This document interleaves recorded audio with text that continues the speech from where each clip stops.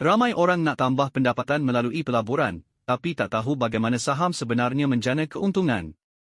Hari ini saya terangkan dengan cara paling mudah, untuk tujuan pendidikan sahaja ya. Pertama, saham ialah pemilikan ke atas sebahagian syarikat. Contohnya kalau kita beli saham MRDIY, kita menjadi salah seorang pemegang saham syarikat itu. Bagaimana saham menjana pendapatan? Cara pertama ialah capital gain. Contohnya, kalau kita beli saham padi pada 1.90 RM, dan harga naik ke 2.20 RM, kita untung 0.30 RM sesaham. Kalau memiliki 10,000 unit, lebih kurang 3,000 RM. Cara kedua ialah dividen. Ramai pelabur pasif suka kaedah ini, sebab banyak syarikat membayar dividen secara berkala dalam setahun. Tapi kena faham juga kenapa harga saham bergerak. Antaranya, prestasi keuntungan syarikat, pergerakan sektor, sentimen pasaran dan berita ekonomi, permintaan, penawaran. Kalau ramai beli, harga naik. Kalau ramai jual, harga turun. Jadi, saham bukan perjudian.